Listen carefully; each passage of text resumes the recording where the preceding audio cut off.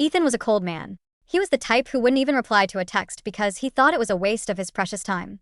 Excitedly, I sent him the trending "boyfriend instantly reports his day" challenge that was blowing up on TikTok. He only sent back 2 words: grow up. But that very night, I saw a video posted by his first love, Sienna. The man who never replied to me in seconds was practically spamming her chat with every little detail of his day. Just got to the office. Meeting finished. Picking you up tonight. Babe, don't wear heels. Your feet will hurt. I stared at the screen, and my mind flashed back to last week.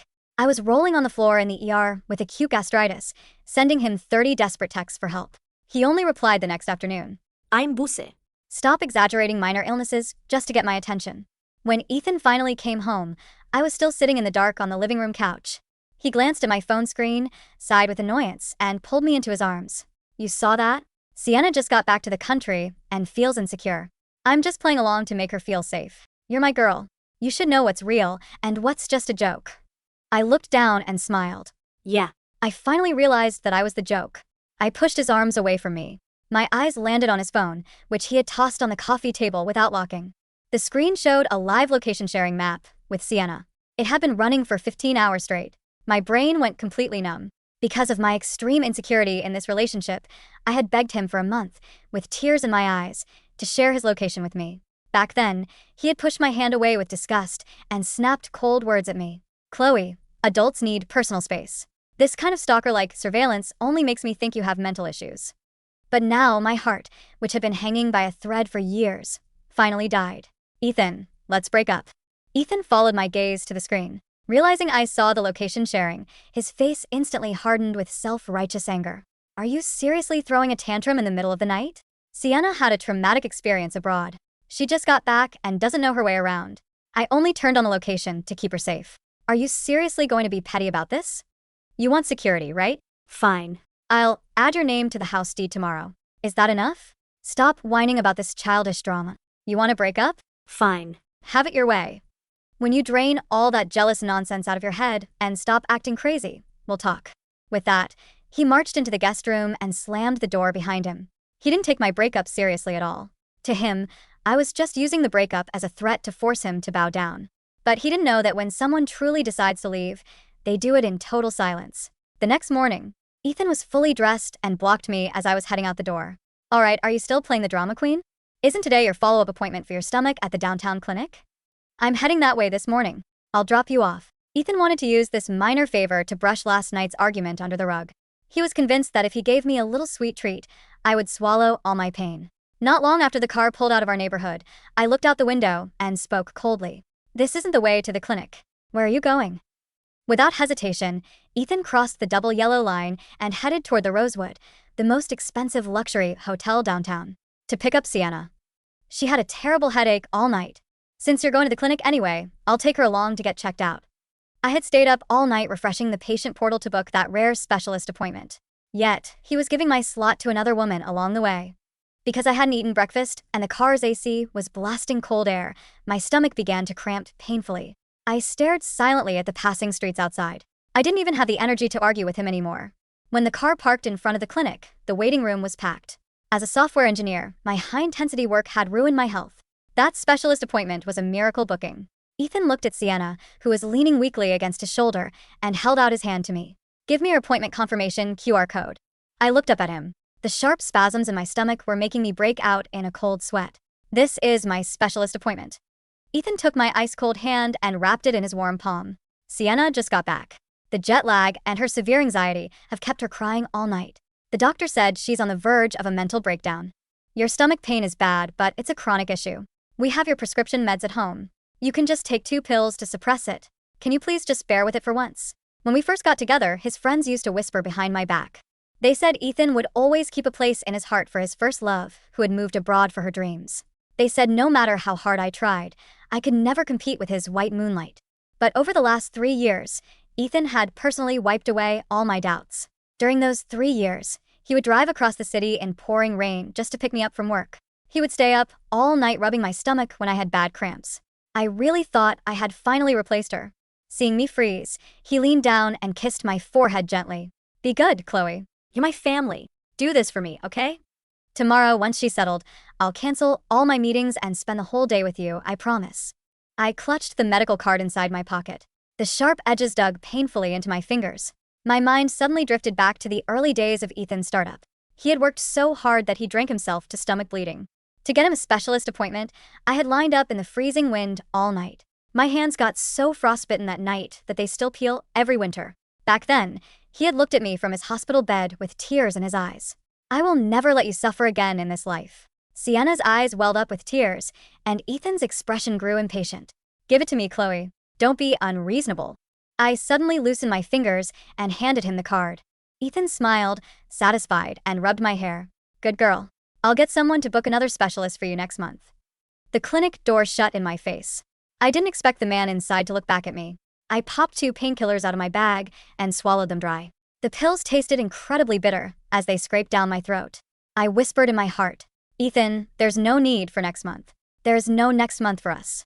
Just as I was about to call an Uber, my phone lit up. It was a Snapchat message from Ethan. "The checkup is done. The doctor says Sienna needs some warm comfort food. Come to the Italian restaurant next door. Let's eat together." I pushed open the door to the private dining room. Ethan and Sienna were sitting close together at a round table. Hearing the door, Ethan didn't even look up. He was carefully pouring warm water for Sienna. "Have a seat. Sienna felt bad about taking your appointment, so she insisted on inviting you." His tone was casual, like he was throwing a bone to an outsider. The waiter pushed the cart in. "We have a full house today. We only have one portion of our signature truffle pasta left." The steaming plate of pasta was placed right in the middle of the table. The painkillers were burning my empty stomach. I desperately needed some hot food to coat it. Just as I picked up my fork, Ethan took the plate of pasta and slid it directly in front of Sienna. "Didn't you already take your painkillers? Just grab a bagel or something. Sienna's body is weak. Don't act like a child and fight a sick person for food." He completely ignored my fork, which was frozen in midair. Sienna looked at me with a fake, apologetic expression. "Ethan, this isn't right. Chloe looks so pale. She must be in real pain. Maybe I should just drink some water?" Ethan gave me a look full of annoyance and blame. "Don't worry about her. I've just spoiled her too much lately. She writes code all day and eats cold leftovers without a single complaint. She's tough. Now she's learned to fake being sick just to get attention because she's jealous." I pulled my fork back. It clattered weakly against my empty plate. For 3 years, to make sure he had a hot meal when he came home, I had reheated dinners over and over again, learning to cook everything he liked. But now, in his eyes, my sacrifices meant I was used to cold food, and my damaged stomach was just tough. Suddenly, Sienna stood up. As she moved, she bumped into a freshly poured cup of hot coffee. The boiling liquid spilled across the rotating table, rushing straight toward me. Ethan immediately pulled Sienna into his arms to shield her. The scalding coffee splashed directly onto the back of my hand. My fork slipped from my grip. My skin instantly turned a violent, blistered red. Only then did Ethan look at my hand. He walked over, grabbed my wrist, and dragged me toward the restroom. Under the sink, cold water rushed over my burned skin. But Ethan's voice was filled with nothing but irritation. "You're usually so quick at work. Why were you so slow just now? You saw the cup tip over. Couldn't you have moved out of the way?" The cold water hit the raw burn. I kept my head down and didn't struggle. I only remembered how, 2 years ago, I had gotten a tiny blister from cooking for him. He had been so heartbroken that he banned me from doing chores for a month. Now, my skin was peeling from a severe burn, and he was blaming me for not dodging. We had only been rinsing it for 10 seconds. Hearing Sienna cough back in the private room, his movements became hurried and careless. "Go buy some burn cream at the pharmacy later. Don't let it scar." I slowly pulled my hand out of his grip. "No need to rinse anymore. I don't feel the pain anyway." Ethan didn't realize how much he had changed. He didn't think he was being biased. Instead, he took our 3 years of history for granted. He thought our love was so unshakable that he could freely give his attention and care to another fragile woman. He believed that no matter how much he hurt me, I would never leave him. Back in the dining room, I turned around and walked straight toward the exit. Ethan called out to me, his voice sharp with displeasure. "Where are you going? The food's barely touched. What kind of tantrum is this?" I didn't turn back. I just placed my hand on the door handle. "The office has an emergency system bug to fix. I have to go. Enjoy your meal." The moment the door closed behind me, I pulled out my phone and dialed a number. "Hi, Mrs. Gable. The old suburban apartment you mentioned last time. Can we sign the lease today?" The city bus rattled down the bumpy road. This place was far from the bustling downtown. I met Mrs. Gable at the end of a quiet alley. Without any bargaining, I quickly signed the lease and paid 6 months of rent up front. Right after, I submitted my request to transfer to our company's remote branch. By evening, the weather turned violent. A sudden thunderstorm hit the city. Street water quickly rose to my ankles, and all bus lines were suspended. I opened my rideshare app. There were over 300 people ahead of me in the queue.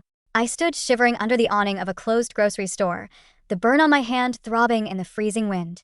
Just then, Ethan's black Maybach slowly pulled up across the street, right in front of a trendy dessert shop. I thought he had tracked my location and came to pick me up. I was about to open my umbrella and walk over, but then the car door shut loudly. Ethan got out, ran into the shop, bought several boxes of luxury pastries, and ran back to the car. My phone rang at that exact moment. "Chloe, are you still stuck in the rain? Find a Starbucks to dry off." Sienna has been terrified of thunder since she was a kid. The noise just now made her turn pale. "The traffic here is horrible. I can't make a detour to pick you up. Find your own way back, okay? Don't be childish and overthink this. I'll make you something good when I get home." The call cut off. I watched the luxury car make a U-turn, splashing muddy water everywhere as it sped away. I remembered when he couldn't even afford a used car, and we got caught in a storm like this. He didn't have an umbrella back then. Without hesitation, he took off his only jacket and held it over my head. He had held me tight as we ran through the downpour. Even though he was soaked to the bone, he smiled and kissed my forehead. How could I let my girl get rained on and catch a cold? Now, his luxury car had heated seats and warm drinks, but there was no longer a place for me. Unable to get a ride, I walked through the howling storm for 3 hours. When I finally pushed open the door of our villa, I was drenched and shivering. Dragging my numb legs, I went straight to the closet to pack my oldest belongings. Since I had decided to disappear, I wouldn't leave a single trace behind. As soon as I taped up the last box, Sienna posted a short video on Snapchat. Ethan was holding a soft towel, gently drying her hair. Someone in their friend group chat commented, "Is Mr. Vance rekindling his old flame? Settling down for real this time?" He didn't reply. In their circle, silence was basically confirmation. I stared at the video for 3 seconds. Ever since Sienna came back, the constant anxiety and fear of losing him that had plagued my heart suddenly vanished. It was completely quiet now. I no longer wanted to try those trending couples challenges, nor did I crave his instant replies. He had personally crushed my sense of security and handed it all to someone else. But none of that mattered anymore. The Ethan who used to kiss my forehead in the rain had died long ago in the passage of these 3 years. My phone screen lit up again with an email notification. "Your transfer request to the remote branch has been approved. Please complete your handoff within 3 days and report to your new office." I developed a high fever. The cold rain and the infected burn on my hand made my body burn like fire. Inside the walk-in closet, I didn't touch any of the expensive dresses or jewelry he had bought without even knowing my size. At 8 p.m., the electronic lock on the front door beeped. I thought Ethan wouldn't come back, but he did, and he brought Sienna with him. He looked up and saw the cardboard boxes stacked in the living room. Sienna's hotel is having an electrical maintenance outage, and she's afraid of the dark. The guest room has been empty anyway. I brought her here to stay for a couple of nights. "Why are you packing boxes in the living room?" Before I could answer, Ethan noticed my pale face. Ignoring my resistance, he pulled me into his arms from behind. "Stop acting up. She's only staying for 2 nights. You've been with me for 3 years. You're the sensible one. Don't act like a petty little girl. Be mature." He was so sure that I loved him to death, convinced that this was just my way of begging for his attention. I didn't struggle. I let him hold me, my eyes looking past his shoulder, coldly staring at my own reflection in the window. Sienna walked around the living room. Her eyes landed on a small ornament hanging by the sink. It was a silver protection charm. 2 years ago, I had walked up the steps of the cathedral, kneeling at every step to pray for it. Sienna picked it up and toyed with it. "Ethan, this little thing is so unique." 2 years ago, Ethan had a high fever that wouldn't break for a week, despite all the meds. Desperate, I had braved a massive blizzard alone to get this charm from the cathedral. At that time, Ethan kept the charm pressed against his chest like a priceless treasure, refusing to take it off even when showering. He had sworn that I had risked my life to get it for him, that it was more precious than his own life, and no one was allowed to touch it. But now, Sienna was casually playing with it. "I actually need a charm for my bag. Can I have this?" Ethan let her play with the item he once valued more than his life, not seeing anything wrong with it. "It's just a cheap trinket. Take it if you want. I'll have my secretary buy you a nice Chanel bag charm from the mall later." In his eyes, I had already passed the age of needing to be carefully cherished. He took it for granted that because I had stood by him through the hard times, I should be the mature, understanding, and obedient pushover. I snatched the charm out of Sienna's hand. Sienna gasped and took a step back. "Why are you being so stingy?" I didn't even look at her. "You're right. A piece of cheap trash doesn't deserve to be a charm." Ethan's face instantly darkened, but Sienna quickly grabbed his arm. It's fine, Ethan. Don't be mad.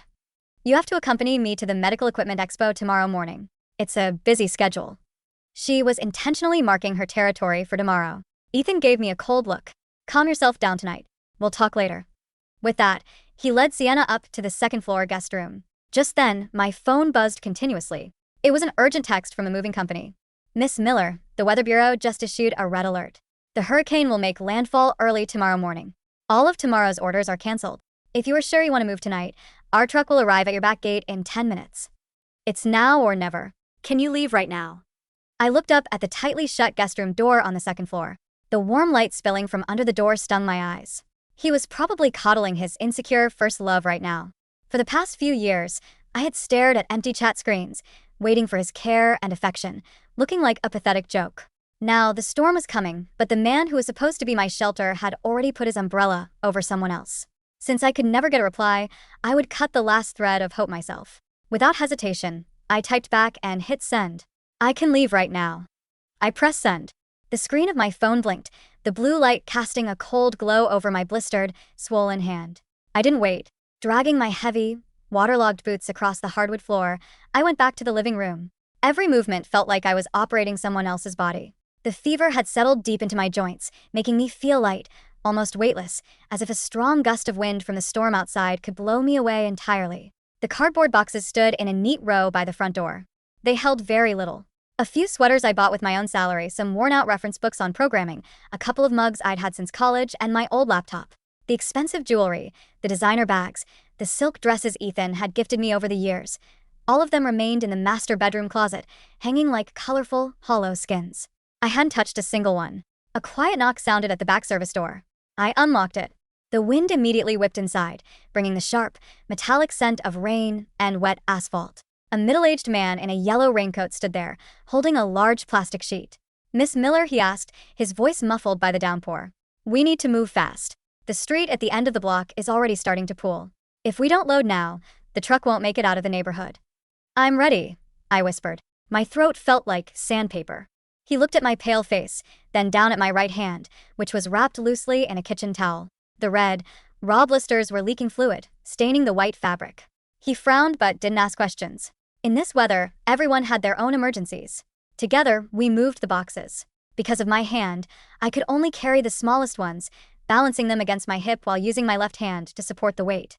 The cold rain drenched my hair within seconds, plastering it to my forehead. It ran down my neck and under my collar, but the freezing water actually felt good against my burning skin. It numbed the fever, if only for a moment. As the mover took the last box, I walked back into the entryway one last time. On the marble console table lay the silver protection charm I had wrestled back from Sienna. It was tarnished, the delicate engraving scratched from where her long, manicured nails had dug into it. I looked at it for a long, quiet second. I didn't throw it in the trash. That would require too much emotion. Instead, I simply left it there, right next to my house key and the spare gate remote. I closed the door behind me. The heavy electronic lock engaged with a soft, final click. The drive to the suburbs took nearly 2 hours. The windshield wipers on the moving truck groaned against the sheet of water cascading down the glass.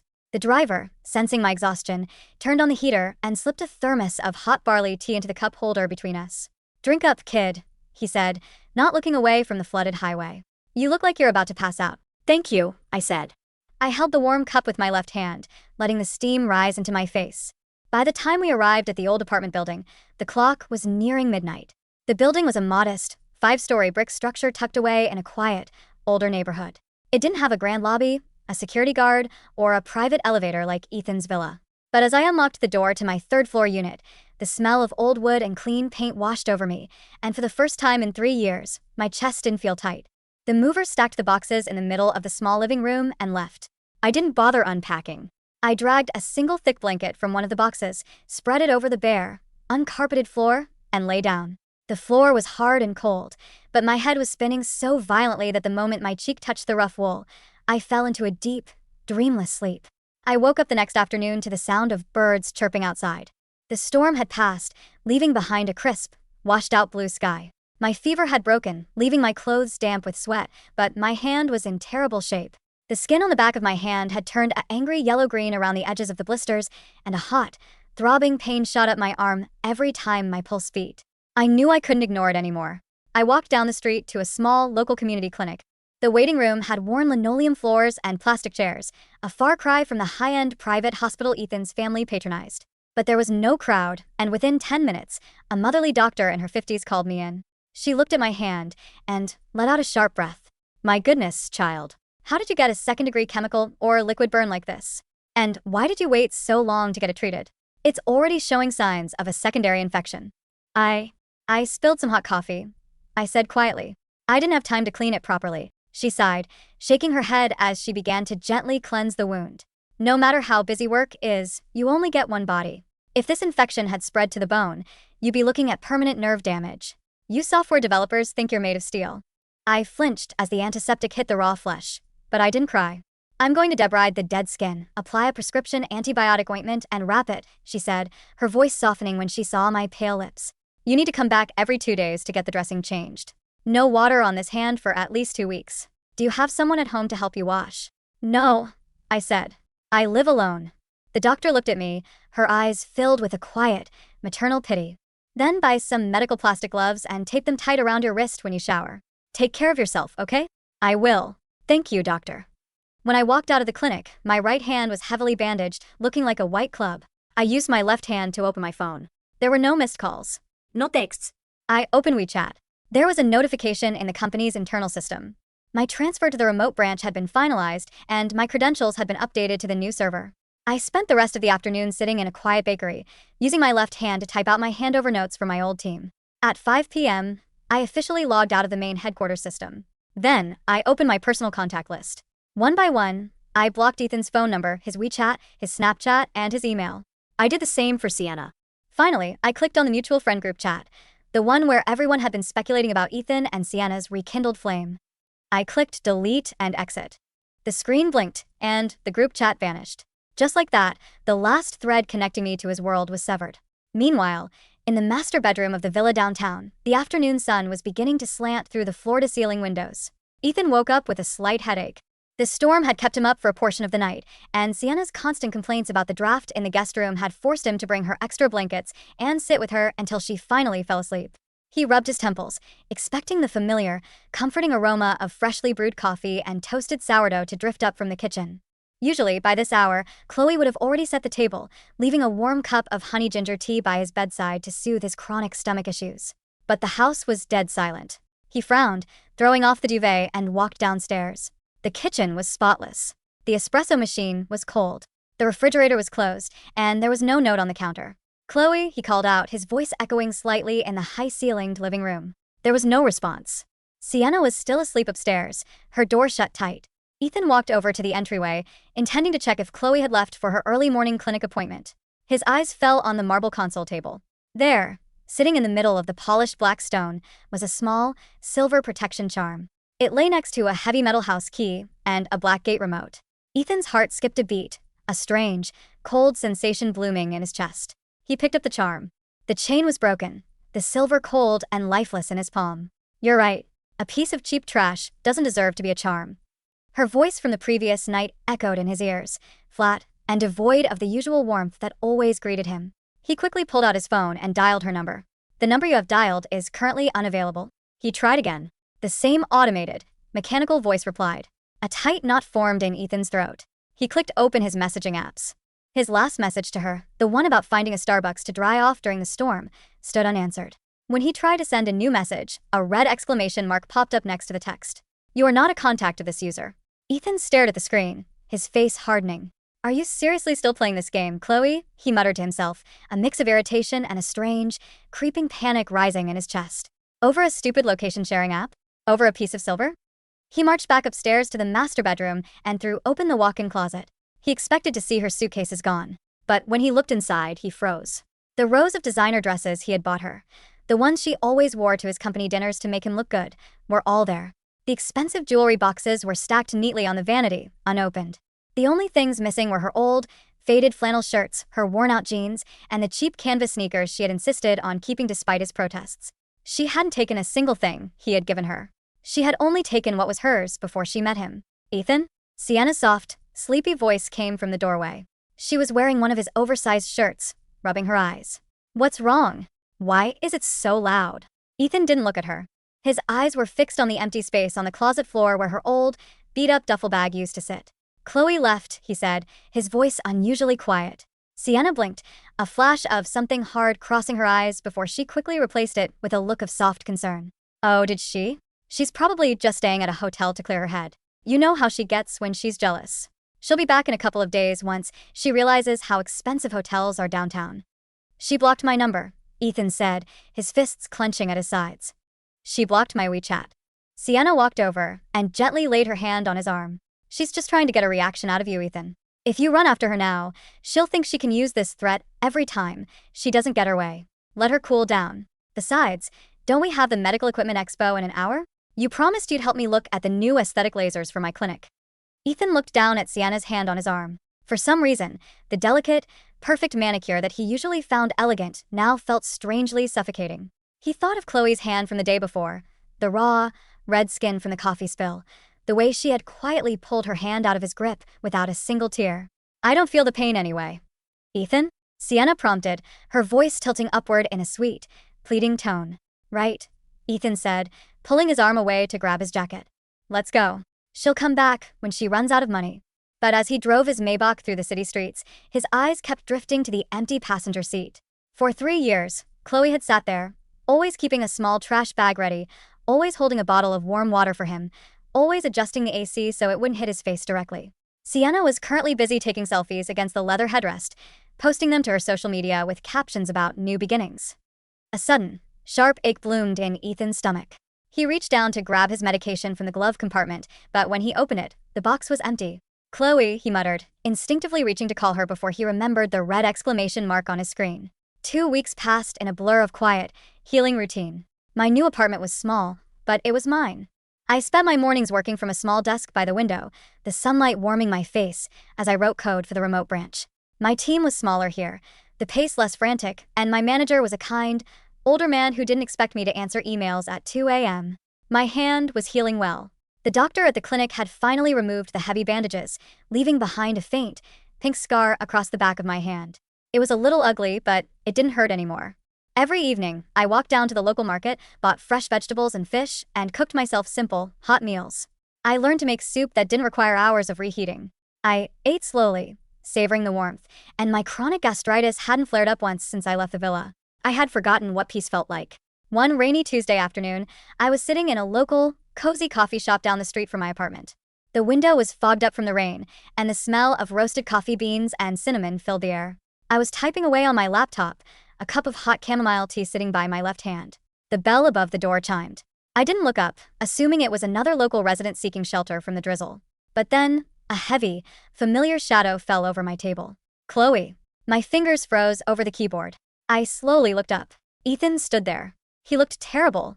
The usually immaculate, sharp-dressed CEO was wearing a wrinkled coat, his hair slightly damp from the rain, and dark circles shadowed his eyes. He looked thinner, his jawline sharp and haggard. I didn't scream. I didn't run. I didn't even feel my heart rate spike. I simply looked at him, my expression entirely flat, as if he were a stranger who had accidentally blocked my light. How did you find me? I asked, my voice calm and quiet. I saw the bank transfer, he said, his voice hoarse. I checked the shared account statement. You paid 6 months of rent up front to a landlord named Gable. It took me days to track down the address. He took a step closer, his eyes scanning my face, my hair, and finally landing on my right hand. When he saw the faint, pink scar on my skin, his chest rose and fell in a ragged breath. Your hand, he whispered, reaching out to touch it. I quietly pulled my hand back, placing it in my lap beneath the table. It's fine now. It doesn't hurt. Ethan's hand froze in midair, his fingers curling into a fist before he slowly dropped his arm to his side. He pulled out the chair opposite me and sat down, his eyes locked onto mine with a desperation I had never seen in him before. Chloe, stop this, he said, his voice trembling slightly. Come home. I've bought the paperwork for the house deed. I had my lawyer draft it. Your name is on it now. It's yours. The villa, everything. I looked at him, a small, genuine smile touching my lips. It wasn't a bitter smile, it was simply amused. Ethan, do you really think I left because of a house deed? Then what is it? He pleaded, leaning forward. Is it Sienna? I sent her back to her own apartment. I told her we can't see each other like this anymore. I realized I was spending too much time on her. But she was my first love, Chloe. She had a hard time abroad, and I felt responsible. It didn't mean anything. You're my girl. You've been with me for 3 years. 3 years, I repeated softly. And in those 3 years, did you ever once look at me and see a person who needed protecting? Of course I did. No, you didn't, I said, my voice steady, devoid of anger. You saw someone who was tough. Someone who could eat cold leftovers without complaining. Someone who could handle a severe burn because she was usually so quick at work. You forgot that the only reason I was tough was because I had to be. Because every time I showed weakness, you told me I was being childish, dramatic, or mentally ill. Ethan flinched, his face turning pale. I was stressed with the startup. I didn't mean those words. You did mean them, I said. And that's okay. You didn't love me, Ethan. You loved having a quiet, obedient shadow who would take care of your home, cook your meals, and wait for your 3-word replies while you gave your active attention, your care, and your worry to someone else. That's not true. Ethan's voice cracked, drawing a few looks from the other patrons in the cafe. He didn't care. He reached across the table, his fingers desperately grabbing the edge of my laptop. I love you, Chloe. These past 2 weeks, the house is empty. It's so quiet. I can't sleep. I keep looking at the door, waiting for you to walk in. I tried to make dinner, but everything tasted like cardboard. I need you. I looked down at his hands. They were trembling. For 3 years, I would have given my life to hear him say those words. I would have knelt in the snow for another night, frost biting my fingers all over again, just to see him look at me with this much emotion. But now, looking at his desperate face, I felt absolutely nothing. It was like looking at a movie I had watched a long time ago. The plot was sad, but the characters didn't belong to me anymore. The Ethan I loved died in the rain 3 years ago, I said quietly, looking straight into his eyes. The man who would take off his jacket to keep me dry, even when he had nothing. That's the man I stayed for. But you are just a stranger who shares his face. Chloe, please. A single tear escaped his eye, rolling down his hollow cheek. Give me one more chance. Just one. I'll change. I'll show you. I'll turn on my location for you 24/7. I'll reply to every text in seconds. Just come back. I don't want your location anymore, Ethan, I said, gently closing my laptop and putting it into my bag. And I don't want your replies. Because I've realized something beautiful over these past 2 weeks. I stood up, slinging my bag over my shoulder. What? He whispered, looking up at me like a man standing on the edge of a cliff. I don't need anyone to make me feel safe anymore, I said, looking down at him with a calm, peaceful smile. I can buy my own meals. I can heal my own burns. And I can walk through the rain without needing anyone's umbrella. I walked over to the counter, paid for my chamomile tea, and walked out into the gentle autumn drizzle. Behind me, through the glass window, I could see Ethan sitting alone at the table, his head buried in his hands, his shoulders shaking in silent, bitter regret. But I didn't look back again. I opened my plain, black umbrella, stepped into the street, and walked toward my new life.